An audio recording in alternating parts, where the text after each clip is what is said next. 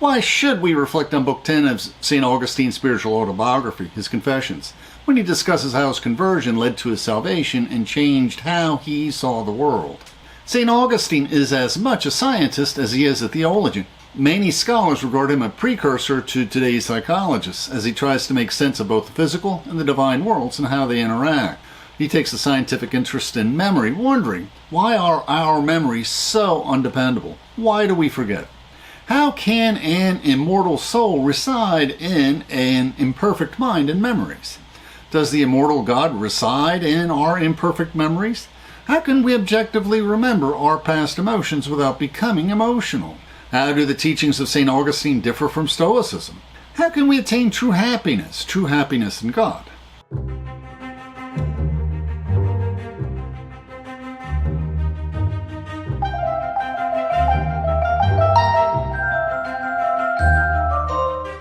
Please, we welcome interesting questions in the comments. Let us learn and reflect together. At the end of our talk, we'll discuss the sources used for this video. Please feel free to follow along in the PowerPoint script we uploaded to SlideShare. St. Augustine is my favorite Catholic saint because in every major work he explicitly states that the foundation of the Christian faith is in the twofold love of God and the love of neighbor, where we love our neighbors as ourselves. In Book 10, St. Augustine prays to God that you want us not only to love you, but also to love your neighbor. And he repeats this in other books of the Confessions. Give me the grace to do as you command, and command me to do as you will. Augustine prays to God to find the joy which truly makes me happy.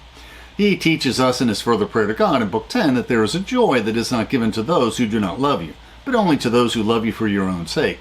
You yourself are their joy. We previously reflected in Books 1 and 2 on St. Augustine's youth and adolescence, where the original sin when Adam and Eve bit from the apple was replayed when the young Augustine, with his friends, raided the peach orchard of a neighbor. We reflected on Books 3 through 5, where he describes his youthful years spent in the Manichaean heresy, turning his back on the Christianity of his mother Monica. We also reflected on the difference between Christianity, where the Almighty God is the source of all goodness, where evil is but a corruption of the good, and the dualistic Manichaean system, where good and evil are more or less equal and eternally battle for supremacy. As the historian Henry Chadwick notes, because man never wholly loses the image of God stamped on him by creation, damaged though it is, he is a divided self. This division is not easily explained by the Manichaean hypothesis that man originates in a conflicting pre-cosmic mix-up of light and darkness. Among other reasons for rejecting this is the fact that our wills are seldom split between two simple choices, one good and the other evil, but can be torn apart in a dozen directions. And Chadwick continues, evil is an absence of good, as the Platonists say, not an ultimate nature, but a perversion of the will, so that even our best actions have some intermingling of self-interest which lies beyond our power to eradicate. And the historian Peter Brown notes that the avoidance of confession is part of the Manichaean system. As he quotes St. Augustine from the Confessions, it had pleased my pride to be free from a sense of guilt, and when I had done anything wrong as a Manichaean, I did not need to confess that it was myself who had done it. As a Christian, St. Augustine realized a confession was needed to heal your soul. In these books, St. Augustine deeply grieves when his best friend dies, but he sees his love as an imperfect love, because he did not love his friend in God. Our close friends can never be our sole source of happiness. Only God can be our true source of happiness. Likewise, when young Augustine sails for Rome, he leaves his mother on the docks of North Africa to escape her mother-smother love, which he also saw as an obsessive, selfish love. She did not love her son in God, or at least that is what St. Augustine remembers. And sometimes children seek independence when they mature. They seek to evade their mother's helicopter. As St. Augustine teaches us that we should love our friends in God, he would agree with St. John of the Cross that we should only choose those close friends who enable us to love God more deeply. In Books 6 and 7, his mother Monica sails to Italy in another ship, probably at least a few months later. St. Augustine permits her to meddle in his life by arranging his engagement to a rich Christian girl who is too young to marry, coaxing him to put away his beloved concubine, mother of his son Deodatus. Likely she was from a lower social class. Later, he deeply regretted this decision. On his conversion, realizing that this too was an imperfect love, that he and his mother was in the outskirts of Babylon, he calls off the engagement, resolving to be celibate to devote himself to Christian philosophy. St. Augustine's study of Neoplatonic philosophy, along with the sermons of St. Ambrose, leads him back to Christianity. We reflected in books 8 and 9 of St. Augustine's conversion and baptism, his decision to turn his back on imperial service and return to his native North Africa, and his mother Monica's death while waiting for the ship to bring them back home. But in North Africa, St. Augustine is drafted into the priesthood. When St. Augustine landed in North Africa with his former student Alypius, his brother, and a few other followers, he intended to establish a small community of Christian monastic philosophers in his small family estate at Thagaste, being careful to avoid towns with a vacant bishopric for fear of being drafted into the clergy, as he had already gained a reputation for his anti-Manichaean writings. When he visited Hippo in North Africa, as the historian Peter Brown describes, Bishop Valerius spoke pointedly of the urgent needs of his church, while Augustine was standing among them. So the congregation pushed him forward to the raised throne of the bishop and the benches of the priests, and the bishop accepted his forced agreement to become a priest in that town. Bishop Valerius bent canon law to name St. Augustine as co-bishop, granting him teaching authority. St. Augustine was permitted to move his small monastic philosopher community to the garden of the church, though much of his time was spent teaching. Soon thereafter, Valerius passed away, and St. Augustine was appointed Bishop of Hippo. The Confessions and On Christian Doctrine were among the first works he penned as a bishop. Many students halt their studies of St. Augustine Confessions at his baptism, but they miss the point that his conversion was a spiritual struggle rather than an earthly event. His Confessions are not solely a book of recollections.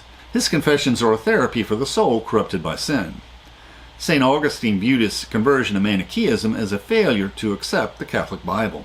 In particular, as Henry Chadwick notes, the Confessions and St. Augustine's other works, battling the Manichaean heresy, set out to refute their interpretation of Genesis and St. Paul, as his mind wrestled with the grand questions of Platonic metaphysics in relation to the Christian faith, which meant that the final 3 chapters of the Confessions, which are a commentary on the book of Genesis, with an inquiry into the nature of time, are a continuation of Augustine's confessions of faith, belief, and repentance. St. Augustine begins Book 10 with this prayer: "Let me know, for you are the God who knows me. Let me recognize you as you have recognized me. You are the power of my soul. Come into it and make it fit for yourself, so that you may have it and hold it without stains or wrinkles. This is my hope. This is why I speak as I do. This is the hope that brings me joy, when my joy is in what is to save me."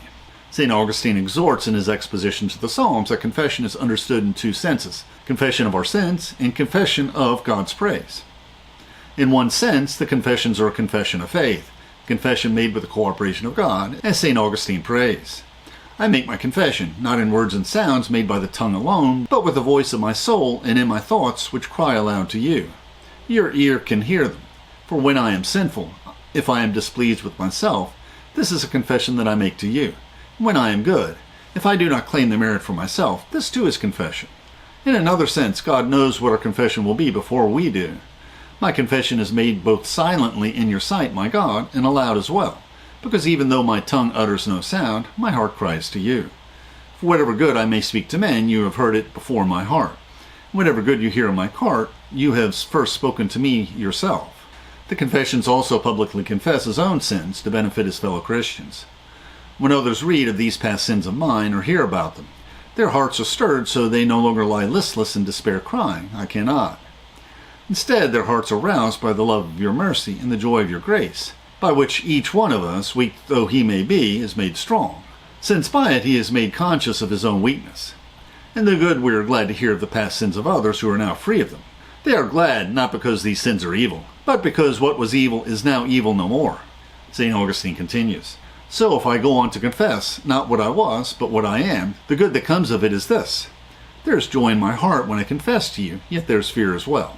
There is sorrow, and yet hope.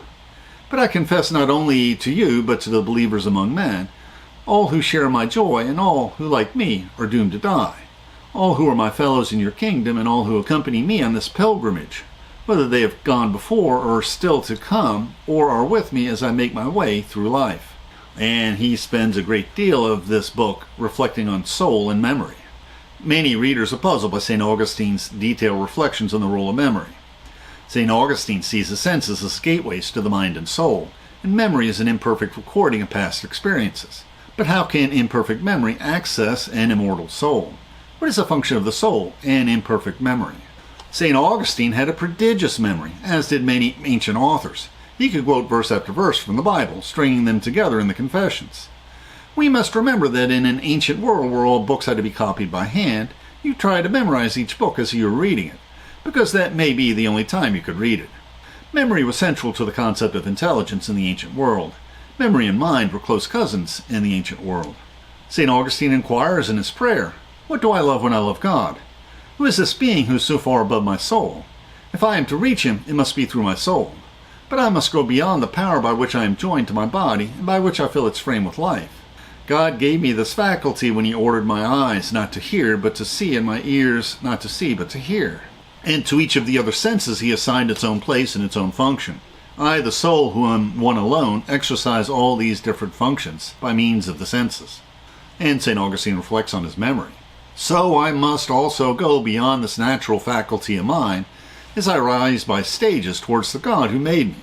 The next stage is memory, which is like a great field or spacious place, a storehouse for countless images of all kinds which are conveyed to it by the senses." In the first books of the Confession, St. Augustine likewise ponders on how infants acquire language and seeks to find insight into the original sin of Adam and the behavior of infants and children. St. Augustine is pondering many insights confirmed by modern psychology, how our memories are not a mere tape recording of past events, and how we remember past events is affected by who we are, whether we genuinely love God and whether we love our neighbors as ourselves, in a selfless rather than a selfish love. Just as this twofold love influences whether we choose to judge rather than love our neighbor, so it also affects how we remember past events in our lives and lessons we learn from past events and teachings. St. Augustine wonders, "We may know by which of the senses these images were recorded and laid up in memory, but who can tell how the images themselves are formed? Even when I am in darkness and in silence, I can, if I wish, picture colors in my memory." And we can see in the painting this lady pondering her fond memories. "All this goes on inside me in the vast cloisters of my memory. In it are the sky, the earth, the sea, ready at my summons, together with everything that I have ever perceived in them by my senses, except the things which I have forgotten. In it I meet myself as well. I remember myself and what I have done, when and where I did it, and the state of my mind at the time."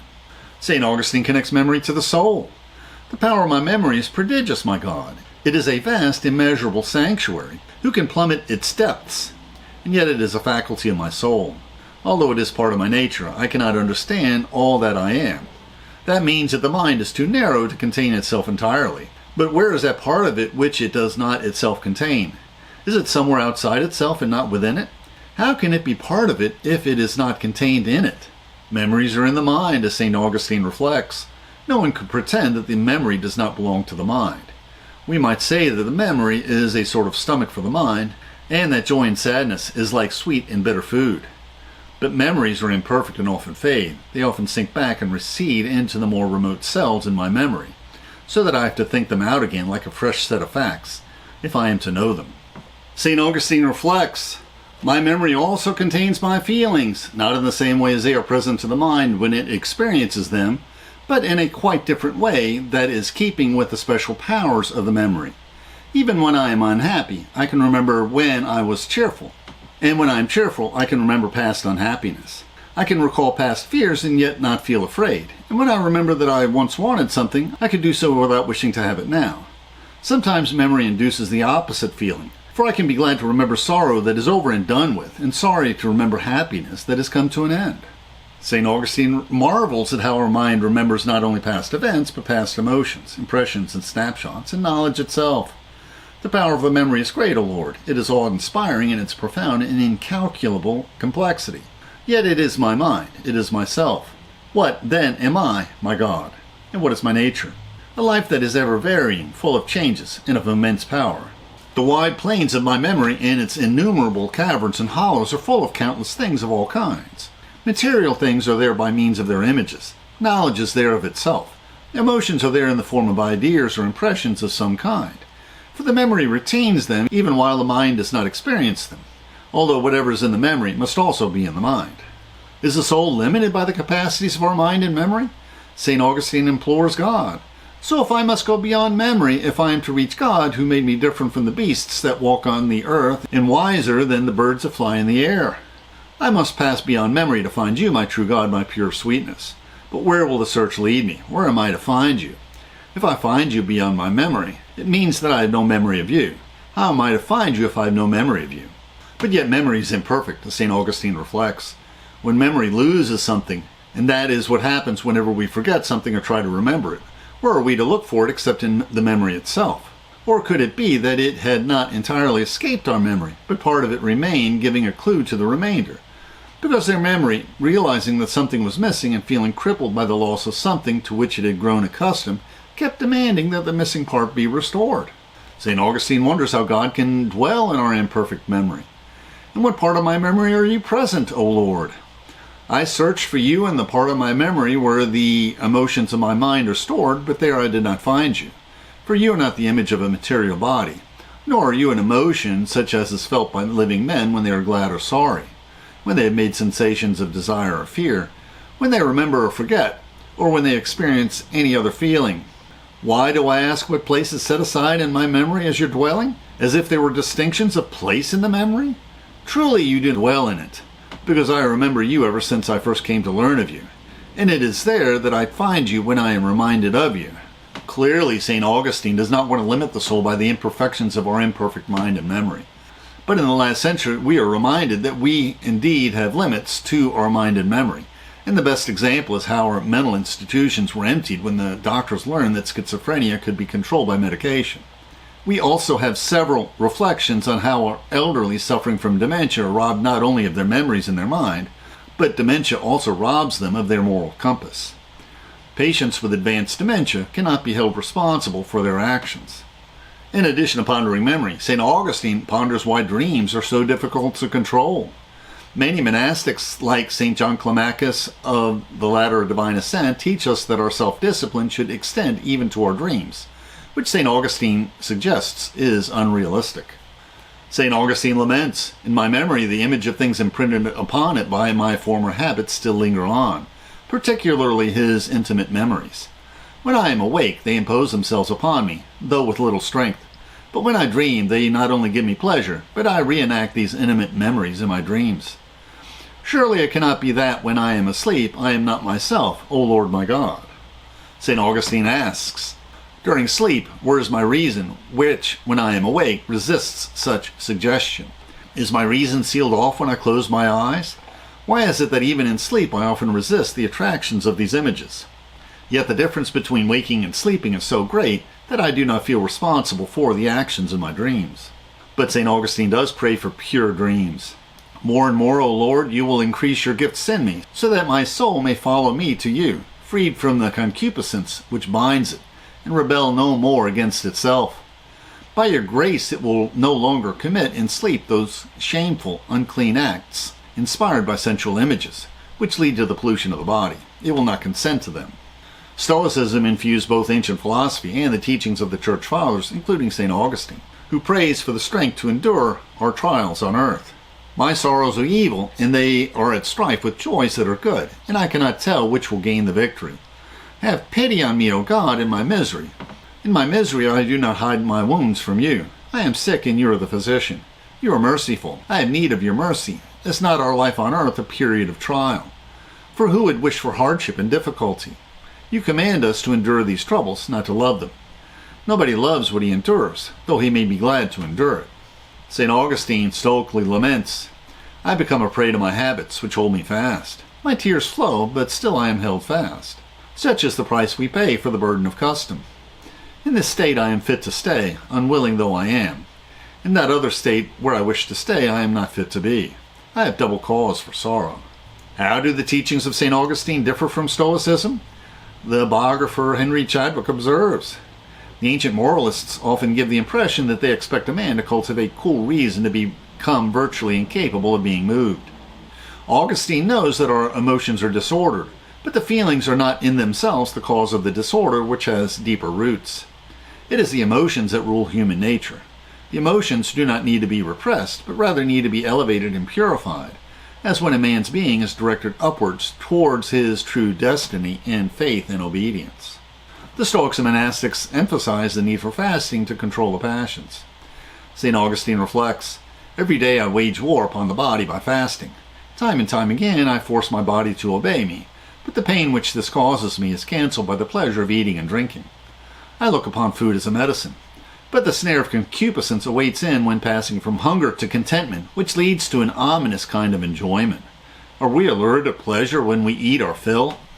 St. Augustine reflects on how men hear what they want to hear, and these quotes are oh so true. Lord, you are truth, and you are everywhere present where all seek counsel of you. You reply to all at once, though the counsel each seeks is different. The answer you give is clear, but not all hear it clearly. All ask you whatever they wish to ask, but the answer they receive is not always what they want to hear. The man who serves you best is the one who is less intent on hearing from you what he wills to hear, than on shaping his will according to what he hears from you. All men seek happiness. Where can you find true happiness? Only in the twofold love of God and neighbor. St. Augustine prays, how do I look for you, O Lord? For when I look for you, you who are my God, I am looking for a life of blessed happiness. I shall look for you so that my soul may live. For it is my soul that gives life to my body, and it is you who gives life to my soul. How am I to search for this blessed life? For I do not possess it until I can rightly say, this is all I want. Happiness is here. Am I to seek it in memory, as though I had forgotten it, but still remembered that I had forgotten it? St. Augustine continues, surely happiness is what everyone wants, so much so that there can be none who do not want it. But if they desired so much, where did they learn what it was? If they had learned to love it, where did they see it? Certainly happiness is in us, though how it comes to be I cannot tell. Some people are happy in the sense that they have actually achieved a state of happiness. Others are happy only in the hope of achieving it. St. Augustine reflects, we cannot therefore be certain that all men desire true happiness, because there are some who do not look for joy in you. And since to rejoice in you is the only true happiness, we must conclude that they do not desire true happiness. True happiness is to rejoice in the truth. For to rejoice in the truth is to rejoice in you, O God, who are the truth, you, my God, my true light, to whom I look for salvation. St. Augustine continues, when they love happiness, which is the same as to rejoice in truth, they must love truth also. Men love the truth when it bathes them in its light. They hate it when it proves them wrong, because they hate to be deceived themselves, but are glad if they can deceive others. They love the truth when it is revealed to them, but hate it when it reveals that they are wrong. And St. Augustine warns us against further temptations. St. Augustine warns that another trap is acquiring knowledge that does not improve your soul. Futile curiosity that masquerades under the name of science and learning. This futile curiosity can cause men to turn to sorcery to obtain knowledge for perverted purposes, and even religious notions that put God to the test, demanding signs and wonders from him not in the hope of salvation, but simply for the love of the experience. St. Augustine cautions us against the study of astrology and necromancy, or consulting with the dead, including seances, sacrilegious rites, and the theater. Now today, St. Augustine would likely warn against pornographic or gratuitously violent films that do not improve the soul. St. Augustine warns against another kind of temptation, a desire to be feared or loved by other men, simply for the pleasure that it gives me, although in such pleasure there is no true joy. This desire leads only to a life of misery and despicable vainglory or pride. It is for this reason, more than any other, that men neither love you nor fear you in purity of heart. St. Augustine also warns us, deep in our inner selves there's another evil, self-complacency, the vanity of those who are pleased with themselves. Although they either fail to please others or have no wish to do so, and even actively displease them. But though they are pleasing to themselves, they are gravely displeasing to you, because they congratulate themselves not only upon qualities which are not good, as though they were good, but also upon good qualities received from you, as though they were their own gifts to themselves. Or they know that they have received them by your grace alone, but still they grudge your grace to others, and will not rejoice in it with them. Near the end of Book 10, St. Augustine discusses how Christ is both mediator for man and Word of God, and what distinguishes Christianity from Neoplatonism and heresies like Manichaeism. This curious Christ who is both God and man, St. Augustine teaches us. As man, Christ is our mediator, but as the Word of God, he is not an intermediary between God and man because he is equal with God, and God with God, and together with him one God. However, Peter Brown points out that Neoplatonism compels the philosopher to yearn for enlightenment, philosophical inquiry that compels the philosopher to intense prayer as he seeks unity with the One, the unknown God so far above the human mind that the philosopher could only increase his knowledge of him by committing himself entirely to him, seeking a direct relationship with God. Peter Brown quotes the Neoplatonic philosopher Plotinus, while admitting that this is indeed a rare passage from Plotinus. And Plotinus says, "We invoke God himself, not in loud words, but in that way of prayer which is always within our power, leaning in soul towards him by aspiration, alone towards the alone." And we reflect on how the later Neoplatonist Dionysius the Areopagite deeply influenced the Church Fathers, including the Eastern Church Fathers, St. Maximus the Confessor, Andrew of Crete, the mystical theologian Master Eckhart, and the Western Church Fathers and theologians, St. Thomas Aquinas, John Scotus, Pope Gregory the Great, Albert the Great, and St. John of the Cross.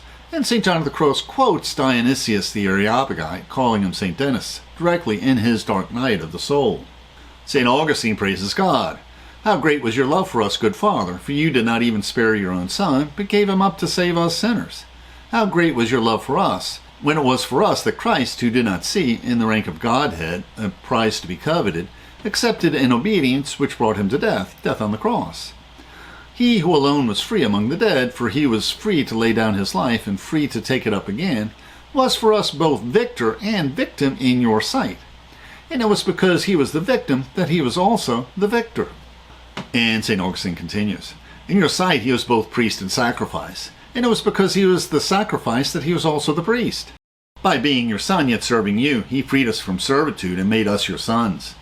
Rightly do I place in him my firm hope that you will cure all my ills through him who sits at your right hand and pleads for us. Otherwise I shall despair."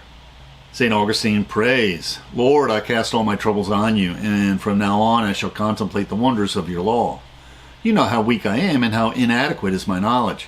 Teach me and heal my frailty. Your only Son, in whom the whole treasure of wisdom and knowledge is stored up, has redeemed me with his blood. Save me from the scorn of my enemies, for the price of my redemption is always in my thoughts. I eat and drink it and minister it to others. And as one of the poor I long to be filled with it, to be one of those who eat and have their fill.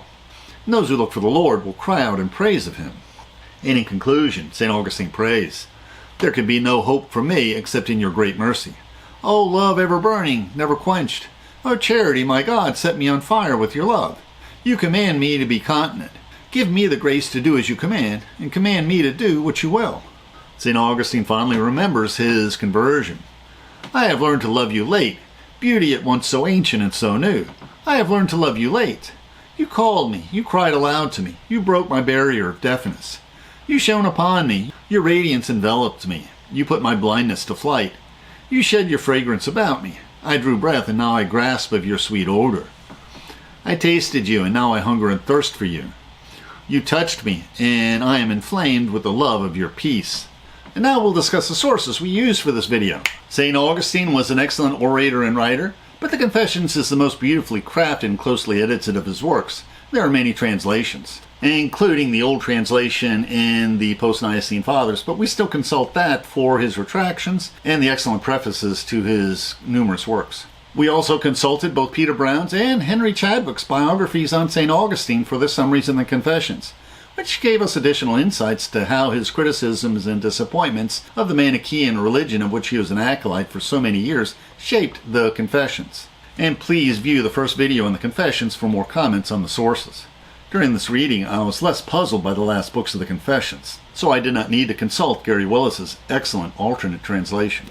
The YouTube description includes a link to our PowerPoint script that we uploaded to SlideShare and also our blog.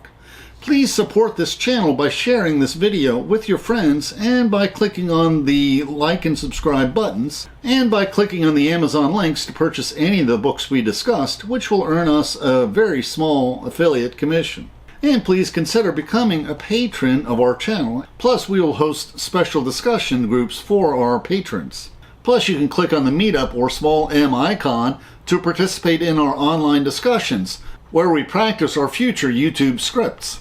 And please click on the links for other videos that will broaden your knowledge and improve your soul.